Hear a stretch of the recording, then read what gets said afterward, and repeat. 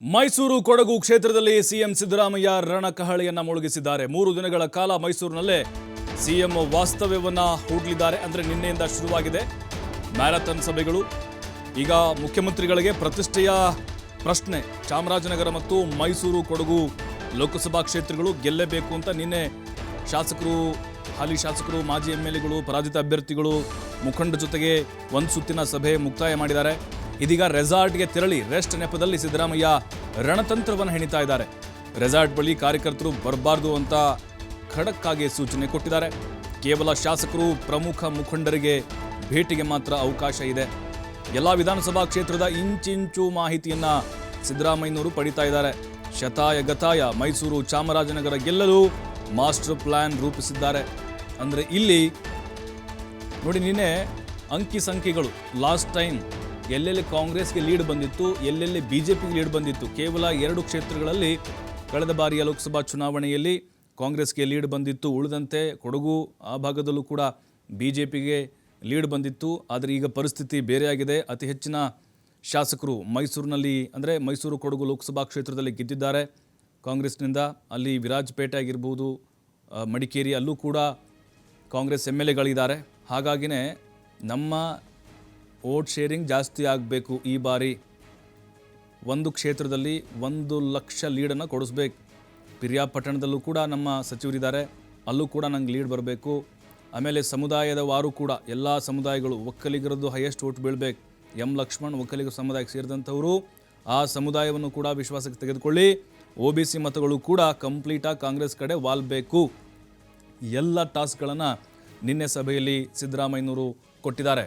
ಮತ್ತಷ್ಟು ಮಾಹಿತಿ ಪುನೀತ್ ನೀಡ್ತಾರೆ. ಪುನೀತ್, ಮ್ಯಾರಥಾನ್ ಸಭೆ ನಡೆಸ್ತಾ ಇದ್ದಾರೆ ಸಿದ್ದರಾಮಯ್ಯನವರು. ಯಾವ ರೀತಿ ತಂತ್ರಗಾರಿಕೆ ಇದು, ಯಾವ ರೀತಿ ಪ್ರತಿಷ್ಠೆಯಾಗಿ ತೆಗೆದುಕೊಂಡಿದ್ದಾರೆ ಮುಖ್ಯಮಂತ್ರಿಗಳು?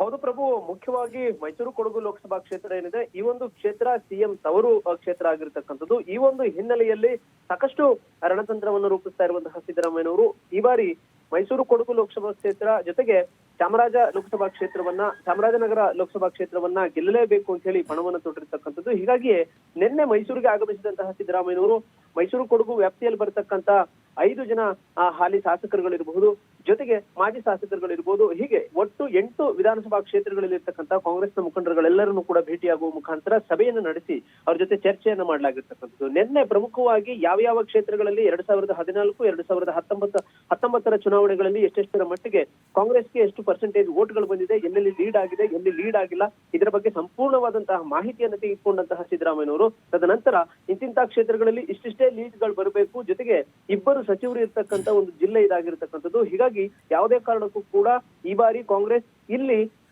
ಗೆಲ್ಲಲೇಬೇಕು, ಆ ತರದ ಒಂದು ಕೆಲಸವನ್ನ ಎಲ್ಲರೂ ಕೂಡ ಮಾಡ್ಬೇಕು ಅಂತ ಹೇಳಿ ಖಡಕ್ ಸೂಚನೆಯನ್ನು ಕೊಡ್ತಕ್ಕಂಥ ಒಂದು ಕೆಲಸವನ್ನ ಮಾಡಿದ್ದಾರೆ. ಇನ್ನು ಮತ್ತೊಂದು ಕಡೆ ನೋಡಿದಂತಹ ಸಂದರ್ಭದಲ್ಲಿ ಇವತ್ತು 3 ದಿನ ಮೈಸೂರಿನಲ್ಲಿ ಸಿಎಂ ವಾಸ್ತವ್ಯವನ್ನ ಹೂಡುವಂತಹ ಒಂದು ಕೆಲಸ ಏನ್ ಮಾಡ್ತಾ ಇದ್ದಾರೆ. ಇದರಲ್ಲಿ ಪ್ರಮುಖವಾಗಿ ಈಗ ರೆಸಾರ್ಟ್ ನಲ್ಲಿ ಉಳಿದುಕೊಂಡಿರುವಂತಹ ಸಿದ್ದರಾಮಯ್ಯನವರು ಪ್ರಮುಖವಾಗಿ ಏನು ಶಾಸಕರುಗಳಿರ್ಬಹುದು, ಮಾಜಿ ಶಾಸಕರುಗಳಿರ್ಬಹುದು, ಪ್ರಮುಖವಾದಂತಹ ಮುಖಂಡರುಗಳಿಗೆ ಅಷ್ಟೇ ಅಲ್ಲಿ ಎಂಟ್ರಿಯನ್ನ ಕೊಡಿಸ್ತಕ್ಕಂಥ ಒಂದು ಕೆಲಸವನ್ನ ಮಾಡಲಾಗಿರ್ತಕ್ಕಂಥದ್ದು. ಅಲ್ಲಿ ಯಾರು ಕೂಡ ಕಾರ್ಯಕರ್ತರು ಬರುವಂತಿಲ್ಲ.